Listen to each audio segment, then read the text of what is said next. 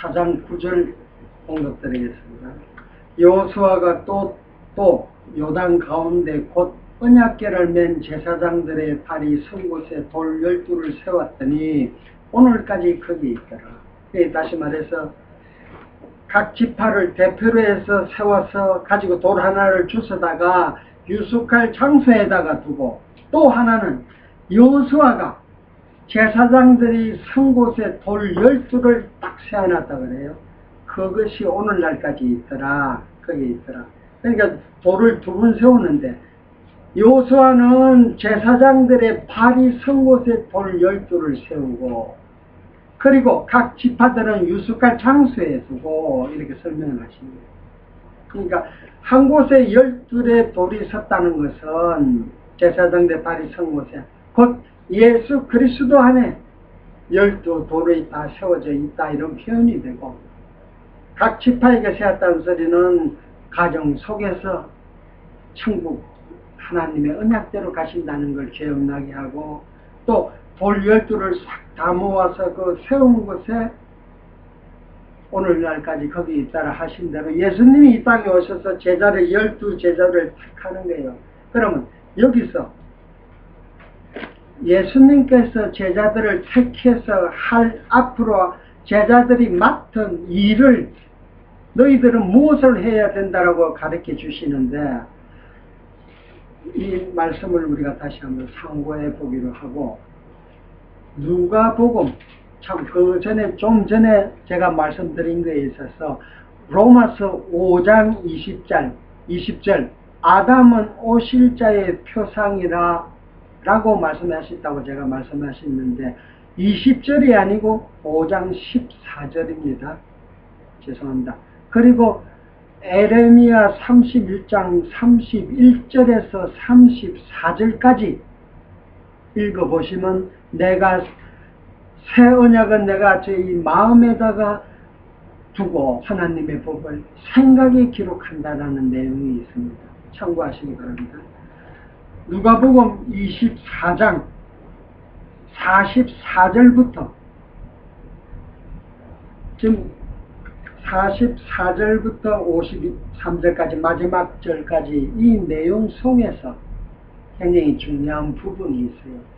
예수님께서 구약이 무엇이라는 걸 정의를 내려주시고, 두 번째, 제자들이 할 일, 너희들은 이런 일을 하게 될 것이다 라고 정해주십니다. 찾으실 줄 알고 공독드리겠습니다. 누가복음 24장 44절. 또 이르시되 내가 너희와 함께 있을 때에 너희에게 말한 바, 내가 12제자에게 지금 예수님이 명하시는데, 같이 있을 적에 내가 너희에게 말을 계속 했는데, 말을 하였는데, 말의 내용, 뭘 말했냐? 곧 모세의 율법과 선지자의 글과 시편에 나를 가리켜 기록된 모든 것이 이루어져야 하리라 한 말이 이것이라 하시고, 그러니까 구약이라는 것은, 구약을 우리가 세 파트로 구비를 하게 되면, 구약은 모세 오경, 곧 모세의 율법서라 그러고, 그 다음에 선지자의 글, 그리고 시편, 이렇게 세 파트로 구비를 하는 거예요. 그러니까 모세 오경과 선지자의 글과 그리고 시편이라는 것은 시편만 말씀하는 게 아니고 욥기부터 아가서까지, 욥기, 시편, 잠언, 전도, 아가서, 이 5편을 통틀어서 시스라 그러는데, 나를 가리켜 기록된 모든 것이 이루어져야 하리라 한 말이 이것이라 하시고, 그러니까 구약 성경은 전부 나에 대해서 기록했는데 그게 그대로 다 이루어져야 된다 하리라 한 말이 이것이라 하시고, 구약에 예언한 대로 내가 와서 다 이루었다. 그러면 그리스도께서 이 땅에 오셔서 구약 성경의 전체를 다 이루었는데, 그 이루어진 내용을 너희들은 나와 함께 같이 있었기 때문에 보고 들었기 때문에 알았는데, 내가 그리스도가 성천하고 나서 너희들이 죽고 나면 다른 사람들은 모르지 않냐? 후세들은. 다시 말해, 이 신약 계시가 지금 완성되기 전이니까.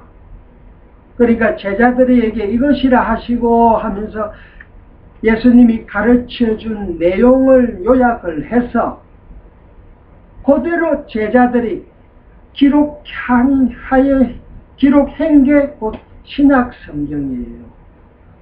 그래서 중요한 것은 예수님께서 뭘 제자들에게 가르쳐주고 뭘 깨닫게 해주냐, 그 내용을 이제 우리가 읽어보시면 45절에 보면 이에 저희 마음을 열어 성경을 깨닫게 하시고, 12 제자들에게 지금까지 아무리 가르쳐줬지만 예수님이 제자들은 몰라요.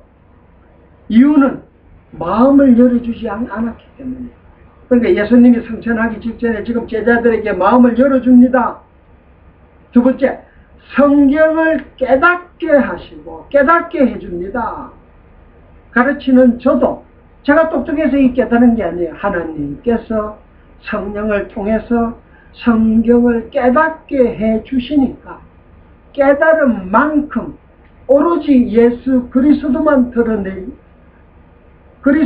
드러나게 하시니, 그리스도 사건에 대해서만 구약을 읽어도 신약을 읽어도 그대로 전하니까 이 하나님 말씀이 되는 거예요. 개인적인 생각, 개인적인 욕심, 개인적인 다른 무엇이든지 말씀을 핑계해서 같이 전하면 절대 하나님 말씀이 안 되고, 하나님 말씀이 되는 이유가 뭐냐? 딱 이것만. 이제 예수님께서 제자들에게 마음문을 열어서 성경을 깨닫게 하시고 그 깨닫게 하신 내용을 이제 설명하는 거예요. 46절. 또 이르시되 이같이 그리스도가 고난을 받고, 그러니까 그리스도가 첫째 이 땅에 오셔서 고난받았다. 그러니까 그리스도가 이 땅에 육의 옷을 입고 이 땅에 와서 받으신 고난을 전가하고, 두 번째 제3일에 죽은 자 가운데서 다시 살아날 것과, 그러니까 두 번째는 죽고 다시 3일 만에 부활하신 것과, 그러니까 죽고 다시 부활하시고, 또 47절 또 그의 이름으로, 여기서 그의 명칭은 꼭 그리스도입니다. 그의 이름으로 제사함을 얻게 하는 회개가, 그러니까 모든 자들에게 예수 그리스도 이름으로 죄를 사하게 하시는데, 그러니까 죄를 사하는 권세가 누구한테 있냐? 예수 그리스도에게 있다. 그리스도 이름 외에는 제사함을 받을 자가, 제사함을 줄 자가 아무도 없다. 이건 마태복음에 보면 죄를 사할 수 있는 능력이 그리스도에게 있다는 사실을, 중풍 환자가 일어나 걸어라 하는 소리와 죄를 너가 이 순간부터 제사함을 받았느니라 하는 소리가 어느 것이 더 수은 말이냐라고 바리새인들이 예수님한테 질문을 하는 내용도 있지만, 그러니까 죄를 사할 수 있는 능을 가진 자가 누구냐? 그리스도입니다. 그리스도만이 죄를 사하게 하신다. 그러니까 제사함을 얻게 하는 회개가, 그래 죄를 사하고 나니까 회개하는 길이 바꿔진다. 세상 길을 보고 가다가 구약적 표현으로 하면 이스라엘 백성들에게 너희는 목이 고전 백성이다 그렇게 말씀하시거든요. 그러니까 제사함을 얻게 하는 회개가 구약적 표현으로 하면 목이 고주면 안 돼요. 우리는 땅에서 나왔기 때문에, 육신의 소유, 육은 땅에서 왔기 때문에 우리는 목이 고주면 땅을 쳐다볼 수가 없어요. 항상 땅을 쳐다보면, 땅만 쳐다보게 되면 우리가 말할 수 없는 땅에서 나왔기 때문에, 하늘에서 온 게 아니고 우리 육신은 땅에서 왔기 때문에 말할 수 없는 죄인이라는 사실을 깨닫는 게 그게 곧 회개의 출발점이에요. 그러니까 제사함을 얻게 하는 회개가 예루살렘으로부터 시작하여, 지금 제자들이 있는 장소죠. 예루살렘. 시작하여 모든 족속에게 전파될 것이, 여기서 말하는 모든 족속이라는 것은 이스라엘 백성들, 유대인뿐이 아니고 이방인들에게도 전파된다. 무슨 내용이? 죄사함을 얻게 하는 회개가 전파된다. 이방인들에게도 전파될 것이 기록되었으니, 어디 기록이 되어 있어요? 앞부분에서 말하는, 지금 여기서 기록됐다는 것은 구약이 기록이 됐다. 일단 신약이 완성되기 전입니다. 그러니까 구약의 모세의 율법 선지자 이걸 시편에 이 제사함을 얻게 하는 회개가 예루살렘부터 시작돼서 이방인 모든 이 지구상에 있는 모든 족속에게 전파가 될 것이 기록됐고 구약에 다 기록이 되어 있는데, 너희는 이 12제자예요. 너희는 이 모든 일의 정인이, 이 모든 일의 내용이 뭐예요? 그리스도가 고난을 받고 3일 만에 부활하시고 또 그 이름으로 제사함을 얻게 하는 회개가 예루살렘부터 지구 땅끝까지 전파되는 것이 다 기록이 되어 있는데, 너희가 지금 너희 눈으로 목도를 합지 아니하냐. 그리고 이제 앞으로 아직 보지 못하는 것은 이방인에게 복음이 전파되는 걸 아직 이 당시에는 보지는 못하였지만 다 그렇게 전파가 된다는 사실이 너희들이 다 구약에 다 기록이 되어 있다. 그러니 내가 너희에게 같이 지내면서 가르쳐준 내용이 너희들이 알고 있는 결국에 있어서 땅끝까지 복음이 전파된다는 것이 기록된 대로 너희는 이 모든 일의 정인이라 그랬어요. 그러니까 12사도는 그리스도가 제사함을 시키고, 왜? 그리스도가 죽으시면 우리의 죄를 대신해서 죽으시고, 그리스도가 살으시고 3일 만에 부활하시면 우리의 죄를, 우리의 다시 영원한 하늘나라에 가서 새로운 몸을 입고 산다는 사실을 보여주고, 또 하느님 우편에 앉아 계신다는 소리는 우리도 다 하나님 우편 같이 동참을 한다는 사실을 보여주고, 그러니까 제자들이 그걸 전하는 거예요. 그렇게 하시면서 46절, 볼지어다 내가 내 아버지의 약속하신 것을 너희에게 보내리니, 곧 성령이에요. 오순절날 성령이 오신 내용은 사도행전 1장, 2장 자세히 드러나고, 사도행전 2장 안전뱅이를 일으켜 세우는 베드로의 표적적인 사건을 통해서 베드로는 너희가 왜 나 베드로를 주목하느냐, 내가 한 게 아니다. 안전뱅이 이렇게 세운 것은 나는 증인이다. 예수가 그리스도라는 사실을 증거하기 위해서 표적적으로 베드로가 안전뱅이를 이렇게 세웠다. 그럼 이야기가 조금 다른 쪽으로 가는 것 같지만 이 사도들은 표적권을 받은 자들이에요. 그러니까 신약 계시가 완성되기 전이니까 예수님이 예루살렘에서 성천하신 사실을 직접 보지 않은 장소 있는 사람들은 모른단 말이에요. 야, 너희가 전하는 예수 그리스도가 누구냐? 라고 질문한단 말이에요.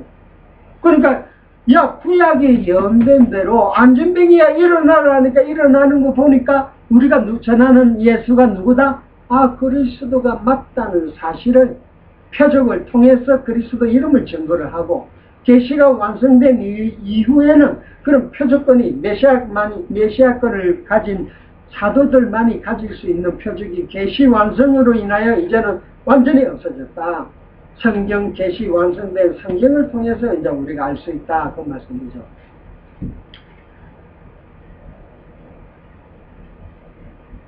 내 아버지의 약속하신 것을 너에게 보내리니, 그러니까 성령 오순절날 성령이 오신 것은 하나님의 약속에 미리 정하신 약속대로 온 거지, 인간들이 성령 오라고 기도를 했기 때문에 성령 오는 게 아니에요.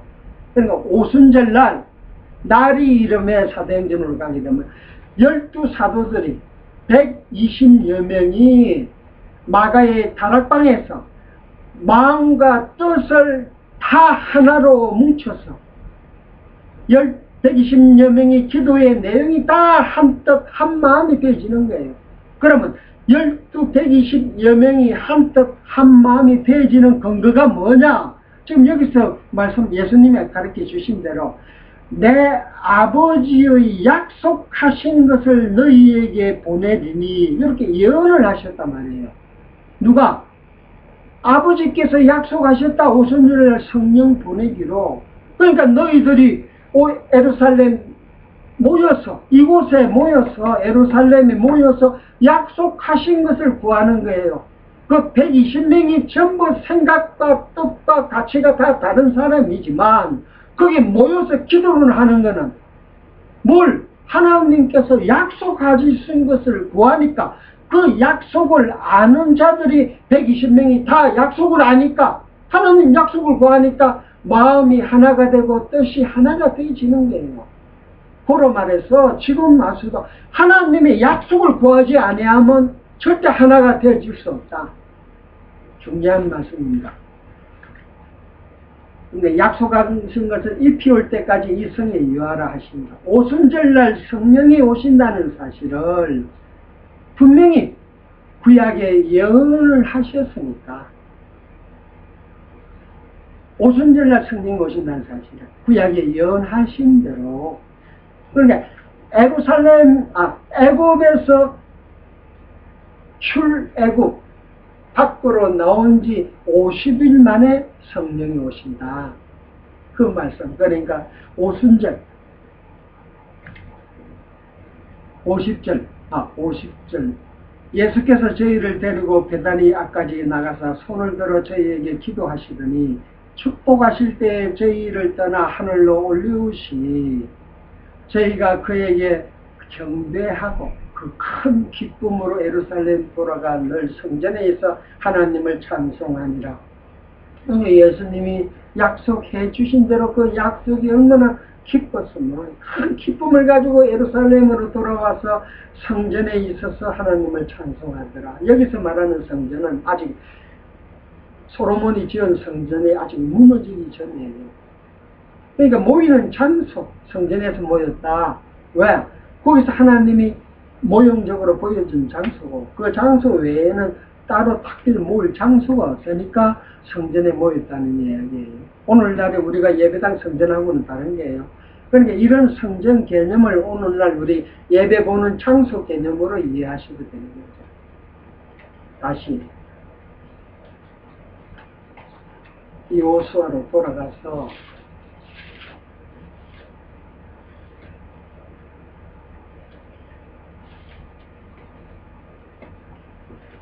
여호수아로 돌아와서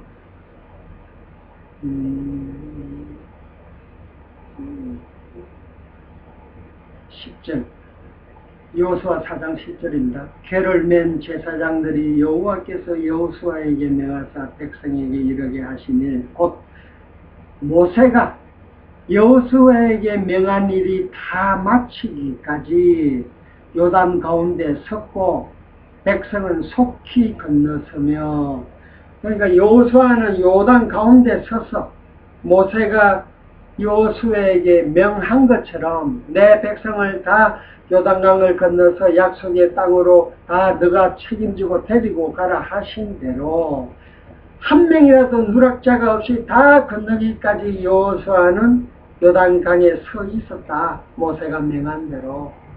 마찬가지입니다.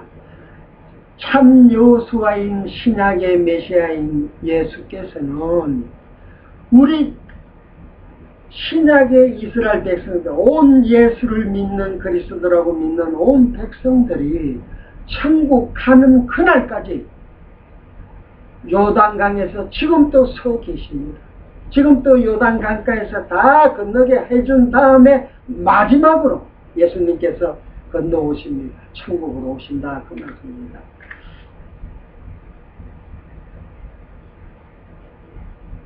건넜으면 근데 여기 제가 드린 말씀 중에서 그럼 예수님이 지금 요단강에 서 계시냐 그런 표현은 아니고 예수 그리스도는 하나님 우편에서 뭐 하시냐 처소를 예비하고 있어요. 지금 하늘나라에서 곧 믿는 자들을 다 불러들이는 거예요. 하늘나라 성전의 제목으로서 믿는 자들을 하늘나라 성전이 다 처소가 예비된 게 완성이 되면 이 땅에 오신단 말이에요. 그 표현을 구약적 표현으로 여호수아에게 백성들이 다 건너는 날까지, 건너는 시간까지 요단강에서 너는 나오면 안 된다 이래 명한 대로 여호수아가 그걸 했더라. 신약적 표현으로 하늘나라에서 다 불러서 하늘나라의 참 성전을 다 짓는 날까지, 우리가 다 성전의 제목입니다. 우리가 다 하나님 거하는 처소의 제목이단 말이에요. 다 불러들여서 집이 완성되면 이제 이 땅에 오신다 이 표현하고 똑같은 말이에요. 오해 없으시기를 바랍니다. 11절 모든 백성이 건너기를 마친 후에 여호와의 궤와 제사장들이 백성의 목전에서 건넜으며, 그러니까 다 건너기를 마치니까 언약을 세우신 그 여호와의 궤, 언약궤가 그때서 제사장들과 같이 백성들이 보고 있는 가운데서 요단 강가로 이제 나오게 되는 거예요. 그러니까 언약궤가 요단 강에서 나왔다 이설을 신약적으로 표현하게 되면 모든 백성이 언약궤, 생명책에 기록된, 창세전에 하나님의 생명책에 기록된 믿는 성도들이 아까 계시록 21장에서 보았다시 생명책에 기록된 자들이 다 나와서 요한계시록 23장 마지막 장, 22장 마지막 장 가게 되면 새 생명의 물인 생명수를 우리가 마시고 영원히 하나님과 더불어 그리스도와 더불어 한 몸으로 살게 된 그날 언약궤가 완성이 되니까 그날부로 언약궤가 파기가 되는 거예요. 필요가 없는 게 언약이 완전히 이루어졌기 때문에. 그러니까 여기서 그런 모형적인 표현이다. 요단 강가에서 백성들이 다 건너왔기 때문에 이제 언약궤도 이제서 따라오고 건너왔다. 제사장들이 언약궤를 메고 건너왔다. 그럼 건네줬기 때문에 언약궤가 필요가 없냐? 아직 필요하죠. 이건 모형으로 보여주고 실제 예수님이 2000여 년 전에 오시기 전까지는 이 언약궤가 꼭 필요한 거예요. 이스라엘 사람들은 언약궤만 바라보면 여호와의 이름이 기억나니까, 여호와의 이름이 기억나니까 마음의 평강을 얻고 힘을 가진단 말이에요. 살아가는 데 있어서 삶 속에서.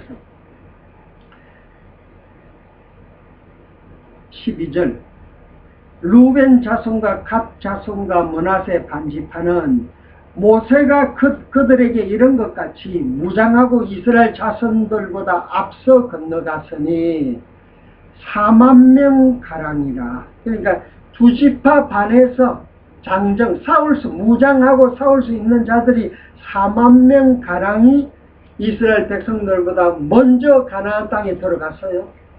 이것도 복음적으로 굉장히 중요한 내용인데, 일단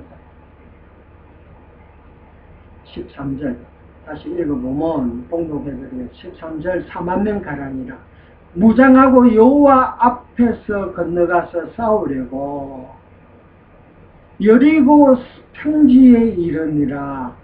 이거 뭐 4만여 명이 완전히 무장하고 여호와 앞에서 건너가서 싸우려고, 이 표현은 좀 문장이 좀 딱딱한 거 안 같아요? 여호와 앞에서 건너가서 싸우려고, 이게 표현이 신학적으로 설명할 것 같으면 여호와 앞에서 건너가서 싸운다. 이 말씀은 이스라엘 백성들이 아직 가나안 땅 점령을 하지 않았기 때문에, 이스라엘 백성들이 전부 다 지금 요단강은 건너왔지만 가나안 땅 아직 점령은 덜 했어요. 그러니까 가나안 땅을 완전히 점령을 해서 12지파에서 분배가 끝나는 그날 이스라엘 백성들의 입에서는 여호와, 당신의 이름은 여호와입니다 하고 하나님의 명칭성에서 여호와에 대한 찬양이 나오는데, 아직은 다 점령하기 전이니까 여호와 앞서서 두 지파 반이 4만여 명이 먼저 갔다는 소리는 오늘날 마찬가지의 신학적 설명을 할 것 같으면 오늘날 두 지파 반이 전부 교회, 우리 교회의 모습이라고 그랬잖아요. 그러니까 우리 교회의 모습이 택한 온 백성들이 다 나오는 그날, 예수님께서 재림하시고 택한 백성들 다 이끌고 천국에 데려가기 전까지 데려가야만이 구약의 예언한 여호와가 진정한 여호와의 이름이 영광의 빛이 나는 거예요. 언약 세우신 대로 다 이루어지니까. 다시 말해 오늘날 우리는 아직도 하나님의 이름이 모형으로는 구약에서 보여주지만 여호와로 신약에서는 아직 완전히 끝난 게 아니에요. 믿는 자들이 아직 안 갔기 때문에. 그러니까 여호와에 앞서서 두 지파 반이 4만여 명이 무장하고 가나안 지파들과 7지파들과 싸우러 가는 거예요. 마찬가지로 두 지파 반 쪽에서 20세부터 40세까지 이게 완전 무장을 해서 힘이 있을 적이다 말이에요. 신약적 설명으로 말씀드릴 것 같으면 이 두 지파 반 속에서도 저같이 말씀 깨달은 자, 이 말씀으로 완전 무장을 해서 나머지 9지파 반이 얻을 땅을 위해서 싸우는 거예요. 제가 먼저 나가서 마귀와 싸워서 힘이 얻은 여호와 말씀의 검으로 우리는 싸워서 마귀를 물려치고 그 땅을 하나둘 자꾸 뺏어서 다음에 올 나머지 기다리고 있는 9지파 반에게 나눠주는 거예요.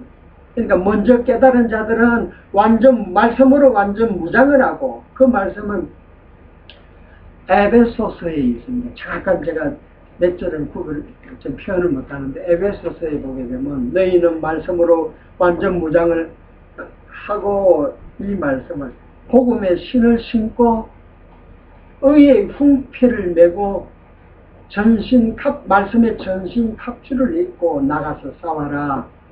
그러니까 그런 말씀으로 완전 무장을 해서 먼저 보내서 싸우려고 여리고 평지에 이르렀다. 신학적 표현으로 잠깐 설명드린 거고 14절 그 날에 그렇게 싸우려고 4만여 명이 간 그 날에 여호와께서 모든 이스라엘의 목전에서 여호수아를 크게 하시며 여호와께서 모든 이스라엘이 보는 데서 여호와를 크게 하시며 크게 하셨다는 소리는 하나님께서 여호수아에게 가나안 땅을 건너게 해 주신다고 언약하신 대로 여호수아를 통해서 지금 다 건너왔잖아요. 그러니까 백성들은 여호수아를 보면 무슨 생각이 들겠어요? 아, 여호수아요, 당신은 우리의 지도자가 맞다. 당신이 하나님의 말씀을 대언해서 우리에게 가나안 땅을 건너게 해준다 하신 대로 다 건너왔으니까 여호수아가 크게 보이잖아요. 그러니까 말씀을 깨달아야만이 여호수아가 크게 보인다.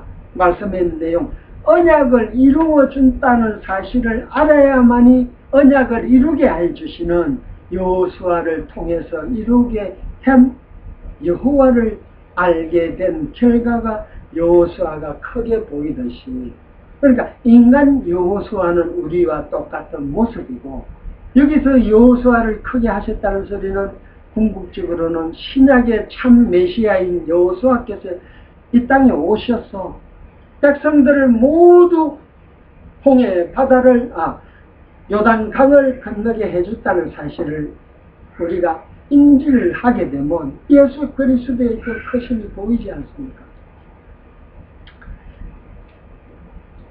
크게 하심에 그의 생활 한 날 동안에 백성이 두려워하기를 모세를 두려워하던 것 같이 하였더라. 그러니까 여호수아를 백성들이 두려워하죠. 존경의 눈, 우리를 봤단 말이에요. 모세와 같이. 그러나 인간 여호수아, 인간 모세를 우리를 본 게 아니죠. 하나님이 세우신 언약대로 해 이루시는 여호와를 보니까 덩달아 모세도 우르르 보게 되고 여호수아도 우르르 보게 된 거고, 신앙으로 와서는 이 모세도 그리스도의 그림자고 애굽에서 탈출을 시킨 예수님께서 이 땅에 오셔서 모세는 모형으로 보여주고 히브리서에는 모세는 하나님의 집 사안으로 근무하였고, 그리스도는, 예수 그리스도는 아들로 하나님의 집 짓는 자로서 사역을 하고 있다. 마찬가지로 여호수아는 신약의 여호수아가 우러러 본 예수 그리스도만이 우리의 우러러보는 대상이고 우리의 두려움 대상이다. 두려워한다는 이런 표현을 하는 것은 하나님 예수 그리스도의 그 위대하심이 우리 몸과 우리 백성들과 비교를 해보니까 우리는 감히 근접할 수 없는 그런 분이더라, 이런 표현인 거예요. 그러나 우리는 그리스도와 더불어 살고 있어요. 근접할 수 없는 우리의 몸이지만 예수 그리스도께서는 우리를 대신하여 우리의 죄를 위하여 그리스도 당신께서 스스로 속죄 제물로 바쳐주신 분입니다.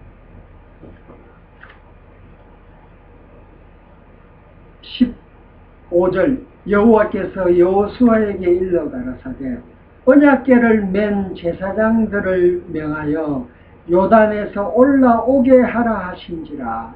제사장들도 이 제사 다 이제 올라오라고 명을 하니까 여호수아가 제사장들에게 명하여 요단에서 올라오라 하네. 이것도 지금 신학적 설명을 하거든요.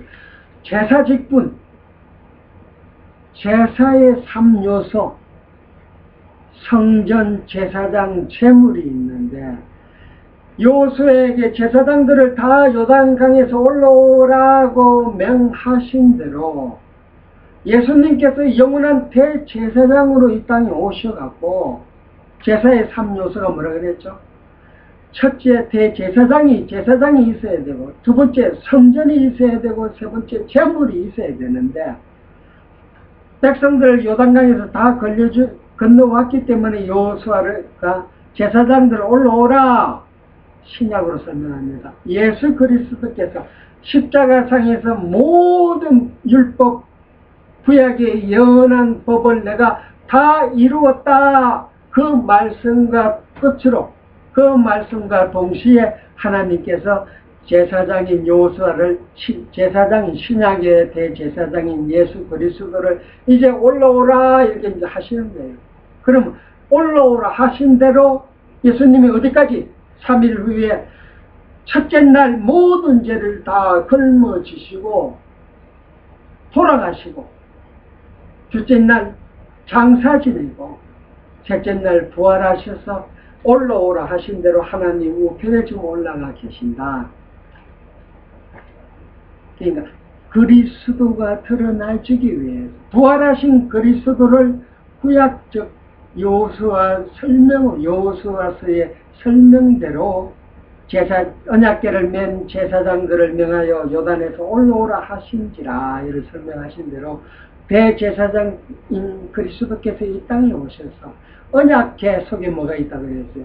생명책에 참 이스라엘 명단이 다 기록이 되어 있는데 다 끝났기 때문에 이제 올라오라. 그래 언약궤를 내고 이제 올라옵니다. 18절 여호와의 언약궤를 맨 제사장들이 요단 가운데서 나오며 그 발바닥으로 육지를 밟는 동시에 요단물이 본 곳으로 도로 흘러 여전히 언덕을 넘쳤더라. 그러니까 제사장들이 올라오고 나니까 제사장들이 밟고 있는 그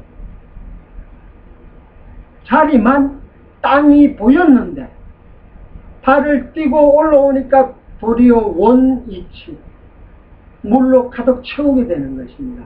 이것도 우리가 신학적으로 설명하게 되면 중요한 표현이죠.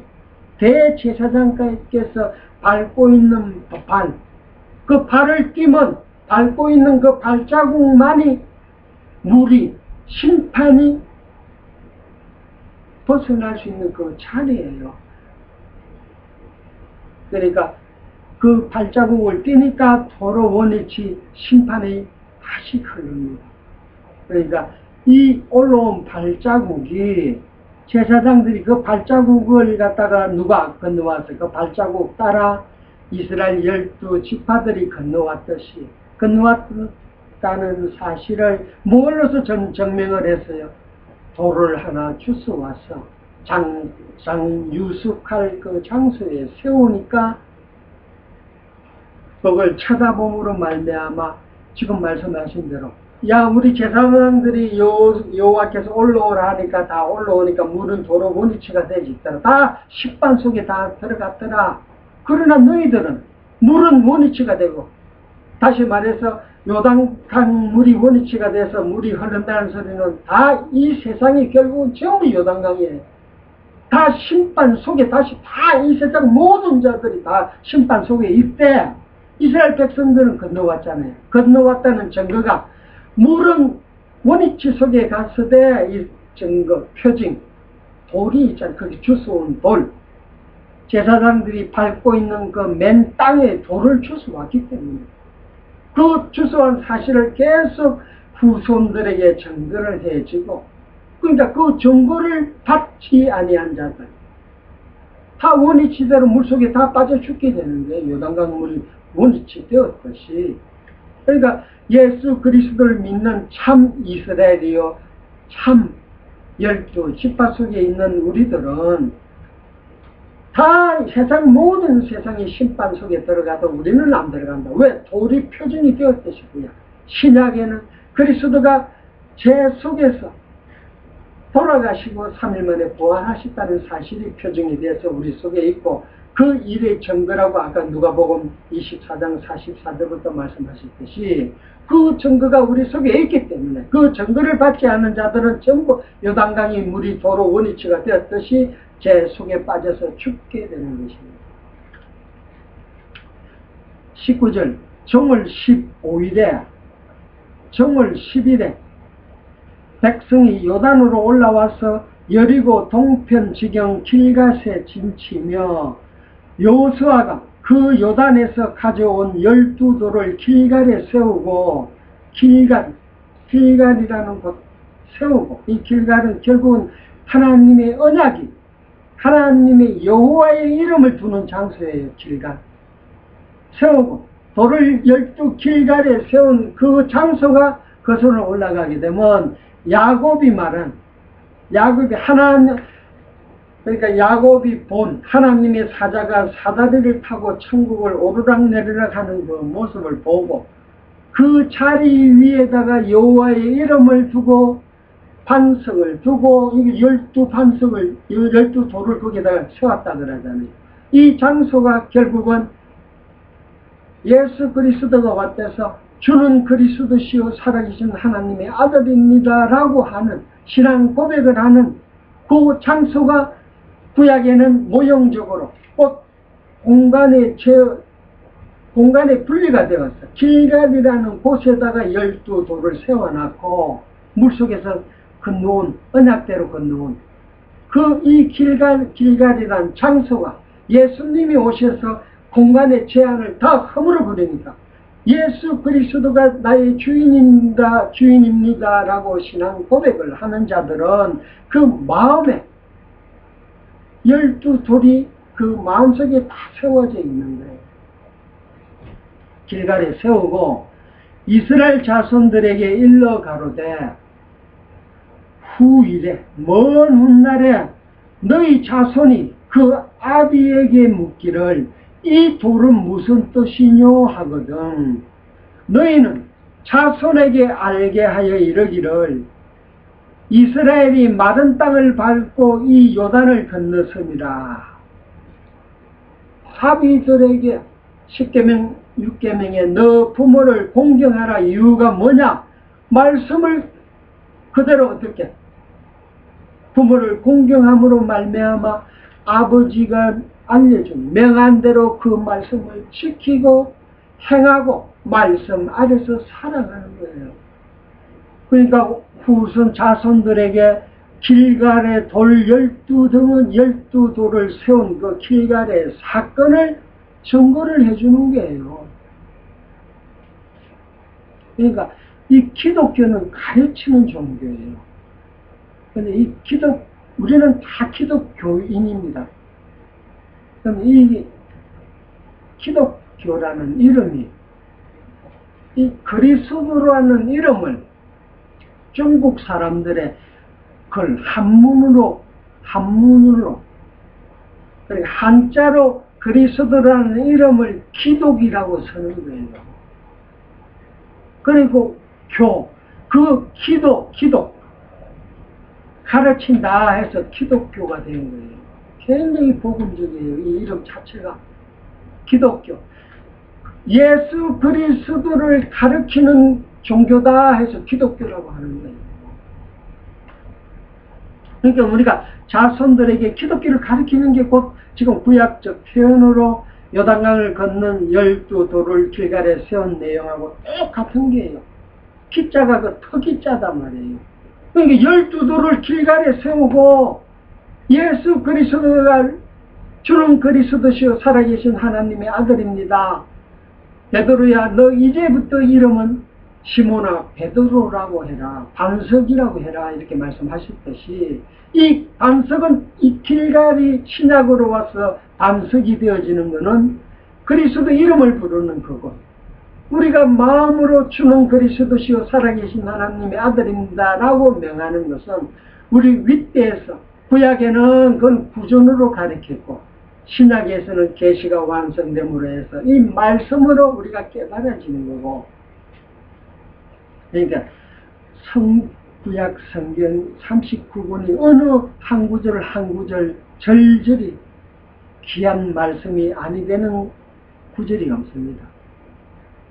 그러니까 우리가 알고 길갈에 왜 돌 12를 세웠습니까? 라고 그 내용을 알고 이 구절을 읽게 되면 이게 엄청난 복음으로 와서 우리 심령에 평안을 주는데, 이 내용을 모르고 이거 읽으면 아무 소용이 없잖아요. 내용이라는 것은 이게 사건으로만 읽으면 아무 필요가 없는 거예요. 이게 말씀이 되어져야 된다. 그러니까 부모 세대에게 물어서 설명을 한다. 이 길갈에 돌을 세운 유래에 대해서. 요단강을 건너고 짧게는 더 거슬러 올라가면 부모가 자식한테 어디까지 설명이 되겠어요? 어디까지? 아브라함 사건까지 가야만이 한 문맥이 딱 끊어지는 거예요. 우리 조상 아브라함이 있었는데, 우리 믿음의 조상. 하나님께서 아브라함을 불러서 복을 준다 하셨고, 애굽에서 생육번성을 시킨다 하셨고, 광야를 거쳐서 모세를 통해서 광야를 거쳐오게 하셨고, 여호수아를 통해서 요단강을 건너게 하신 그 하나님이, 우리가 믿는 그 하나님이 여호와시다. 언약 세우신 분인데 언약대로 꼭 이루어지셨다. 이 말씀을 한마디로 보여주기 위해서 길갈에 돌을 세하라 하고 그걸 가르치라 하신 거예요.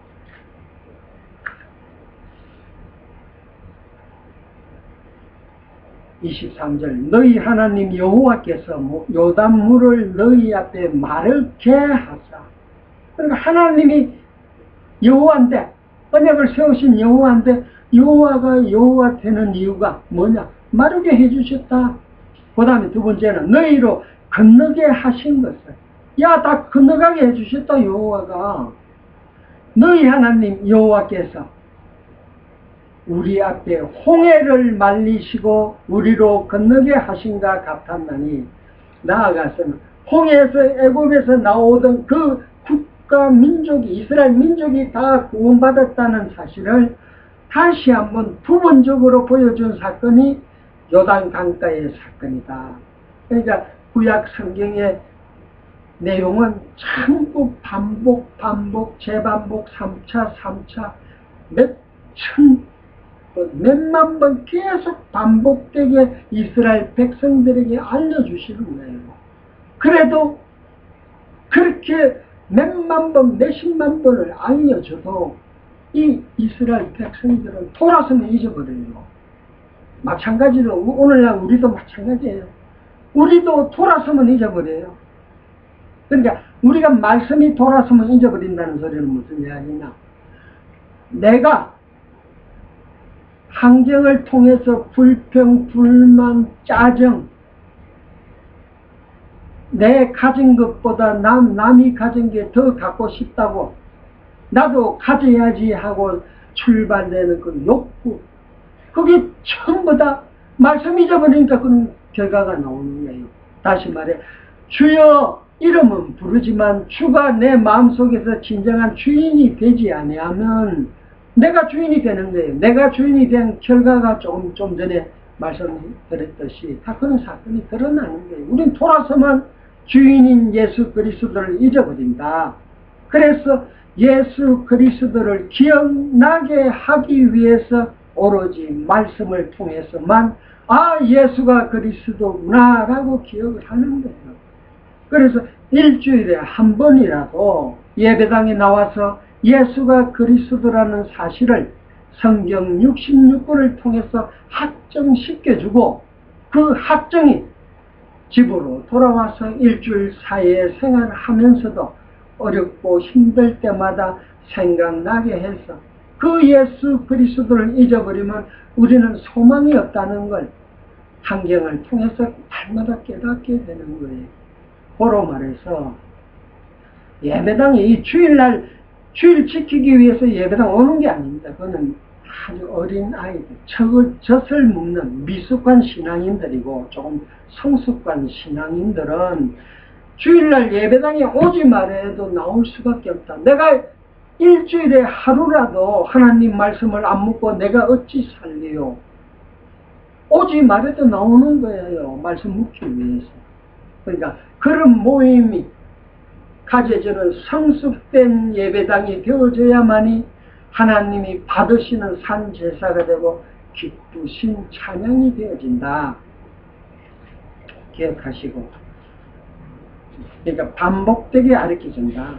그러니까 다시 설명하면 지금 23절 후반부 홍해를 말리시고 우리를 건너가게 하신가 같았나니 이스라엘 백성들은 여호수아서를 통해서 요단강을 건너기 전에 이미 홍해를 건너왔기 때문에 신학적 표현으로 이미 구원받은 자를 재차 반복 학습을 통해서 경험을 통해서 받은 구원을 깨닫게 해주시는 거예요. 이 요단강 사건도 지금 여호수아가 그렇게 설명하잖아요. 지금 여호수아가 아버지가 자식들한테 가르치는데 돌을 마른 땅에 요단강 속에서 마른 땅에서 건지는 제사장이 있던 발자국 밟은 그 자리에 돌을 세워갖고 그 돌을 통해서 기억나게 한다. 무슨 기억? 우리는 홍해를 건넜기 때문에 다 구원받았다.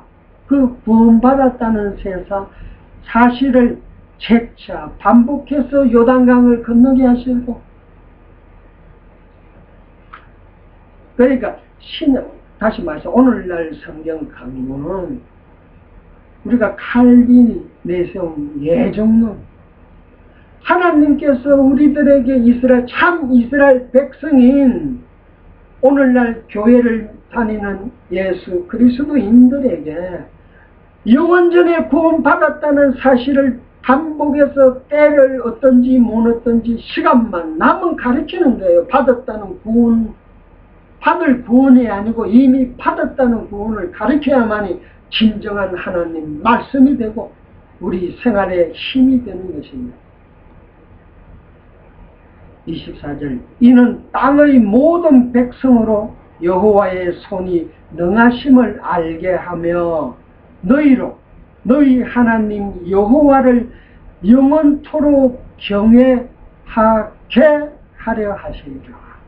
야, 하나님 이름이 여호와라는 사실을 세상 끝나는 날까지 저 땅 가서도 영원토록 경외하게 해주기 위해서 홍해물을 마르게 하셨다. 요단강을 건너게 하셨다. 질갈의 돌이 표징이 되어져서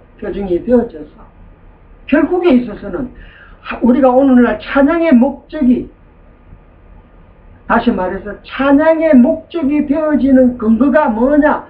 여호와를 경외하는 이 여호와의 경외성, 그 여호와는 하나님이시다. 전능자인데 여호와 하나님을 영원토록 경외하게 되는 것은 근거가 뭐가 되어져야 되냐?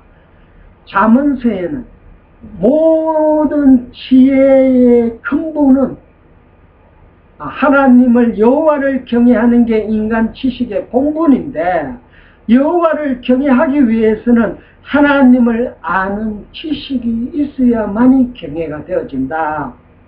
이런 표현을 지금 4장 24절 후반부에서 여호수아가 지금 말씀하시는 거예요. 후반부 다시 봅시다.